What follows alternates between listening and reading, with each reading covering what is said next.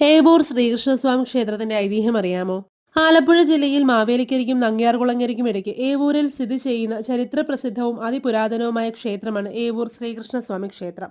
ഓണാട്ടുകരയിലെ ഗുരുവായൂർ എന്നറിയപ്പെടുന്ന ക്ഷേത്രമാണിത്. ശ്വേതകിയുടെ യാഗത്തിൽ 12 വർഷക്കാലം തുടർച്ചയായി തെളിഞ്ഞ വെണ്ണ കഴിച്ച അഗ്നിക്ക് ഉദരരോഗം പിടിപെട്ടു. ഖാണ്ഡവവനം ഭക്ഷിച്ചാൽ ഉദരരോഗം മാറുമെന്ന് ബ്രഹ്മാവ് അഗ്നിയോട് പറഞ്ഞു. തക്ഷകൻ ഈ വനം ഭക്ഷിക്കാൻ ശ്രമിച്ചപ്പോഴെല്ലാം ഇന്ദ്രദേവൻ ഇടിമിന്നലോടെ അവനെ തടഞ്ഞിരുന്നു. അതിനാൽ അർജുനനെയും കൃഷ്ണനെയും അഗ്നി സഹായത്തിനായി വിളിച്ചു. ശിവന്റെ വില്ലായ പിനാകവുമായി മത്സരിക്കുന്ന ശക്തമായ വില്ലായ ഗാണ്ഡീവത്തെ അർജുനൻ ആയുധമാക്കി. അഗ്നിക്ക് അഭയം പ്രാപിക്കാനായി അർജുനൻ ഒരു ശരകുടീരം നിർമ്മിച്ചു. ആ ശരകുടീരത്തിന് കീഴിൽ അഗ്നി കാട് ഭക്ഷിക്കുകയും രോഗം ഭേദമാവുകയും ചെയ്തു. തന്നെ സഹായിച്ച കൃഷ്ണനോട് ആരാധനയ്ക്കായി അവിടെ ഒരു അർച്ചമൂർത്തിയെ പ്രതിഷ്ഠിക്കാനുള്ള ആഗ്രഹം അഗ്നി പ്രകടിപ്പിച്ചു.